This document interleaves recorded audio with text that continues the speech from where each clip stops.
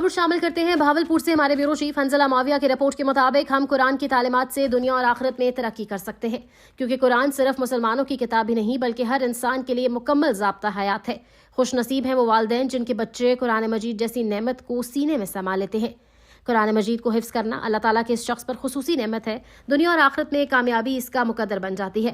دار ارقم اسکول بلا شبہ بچوں کو دین اور دنیا کی تعلیم سے روشناس کروا رہا ہے۔ اس کا صحرا ہمارے محنتی اساتذہ کرام کے سر جاتا ہے۔ دار ارقم اسکول جہاں بچوں کو دنیاوی تعلیم دیتا ہے، اس کے ساتھ ساتھ قرآن کی تعلیم اب بھی دے رہا ہے، جو کہ اس ادارے کا ایک خاصہ ہے۔ ہر سال ان بچوں کی حوصلہ افزائی کے لیے جو قرآن پاک اپنے سینے میں محفوظ کر لیتے ہیں، ایک تقریب منعقد کی جاتی ہے جس کا مقصد بچے کی حوصلہ افزائی اور قرآن آگاہی ہے۔ ہر سال کی طرح اس سال بھی 29 فروری 2024 بروز جمعرات دار Arqam school satellite town Bahawalpur میں قرآن کنونشن کروایا گیا، جس کے مہمان خصوصی chairman Dar Arqam school system professor Irfan Ahmad Chaudhry تھے۔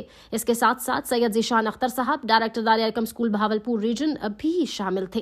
اس محفل کے روح رواں ہیں حافظ دانیال ذیشان، حافظ احمد شہباز، حافظہ ایمان فاطمہ، حافظ شاہزیب، حافظ احد نور، حافظ محمد سلیمان۔ اس سارے پروگرام کے مترتب اور منتظم قاری مفتی محمد رفیق صاحب جناب سر عدنان فیصل صاحب کی سرپرستی میں تھے۔ اسکول کے پرنسپل، وائس پرنسپل اور سٹاف ممبران اس پورے پروگرام کو ترتیب دینے کے لیے قاری محمد رفیق صاحب کے شانہ بشانہ تھے۔ پروگرام کا آغاز ٹھیک 2 بجے تلاوت کلام پاک سے کیا گیا۔ اس کے بعد نعت رسول مقبول صلی اللہ علیہ وآلہ وسلم سے دلوں کو منور کیا گیا۔ پروگرام میں حفظ کلاس کے تمام طلباء و طالبات اور ان کے والدین شامل تھے۔ اس پروگرام میں شہر کی معزز شخصیات بھی شامل تھیں جنہوں نے اس پورے پروگرام کو رونق بخشی۔ اس کے بعد معزز مہمان گرامی جناب عرفان چوہدری صاحب اور سید ذیشان اختر صاحب نے حفاظ کرام کی دستار بندی کی اور حافظہ ایمان فاطمہ کی ردا پوشی کی۔ چیئرمین دار ارقم اسکول پاکستان جناب عرفان احمد چوہدری صاحب نے اپنے خیالات کا اظہار کرتے ہوئے فرمایا، قرآن کریم کی تعلیمات پر عمل پیرا ہو کر ہم دنیا اور آخرت میں کامیابی حاصل کرتے ہیں۔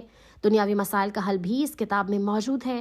قرآن مجید سے رہنمائی حاصل کرنے کے لیے اس پر عمل پیرا ہونا ضروری ہے۔ اللہ تعالیٰ نے انسانوں کو اصلاح کے لیے کم و بیش 1,24,000 پیغمبر بھیجے اور ان کے ساتھ ساتھ رہے۔ مختلف ادوار میں کتب بھی دی گئیں۔ آخر میں حضرت محمد رسول اللہ صلی اللہ علیہ وآلہ وسلم کو آخری نبی بنا کر بھیجا گیا اور اللہ تعالیٰ نے انہیں تحفے میں قرآن مجید عطا کیا، جو انسانوں کی ہدایت کا سرچشمہ ہے۔ اس کی حفاظت کا ذمہ بھی اللہ تعالیٰ نے خود ہی اپنے ذمہ لیا ہے۔ دنیا میں اللہ تعالیٰ نے اپنے ہر کام کے لیے اسباب پیدا فرمائے۔ حفاظ کرام قرآن کی حفاظت کا ذریعہ ہے۔ قرآن مجید میں پہلے دن سے رہ کے دنیا تک ایک ایک حرف کی بھی تبدیلی نہیں ہوئی۔ یہ بھی قرآن مجید کا معجزہ ہے۔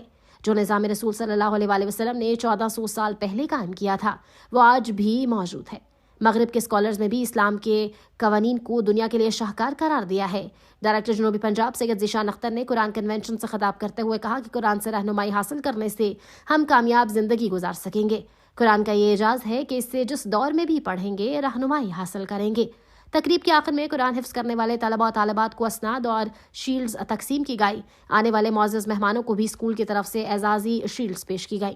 اس طرح یہ پروقار اور پرنور محفل کا اختتام دعا کے ساتھ ہوا، جس کی سعادت قاری محمد رفیق صاحب نے خود حاصل کی۔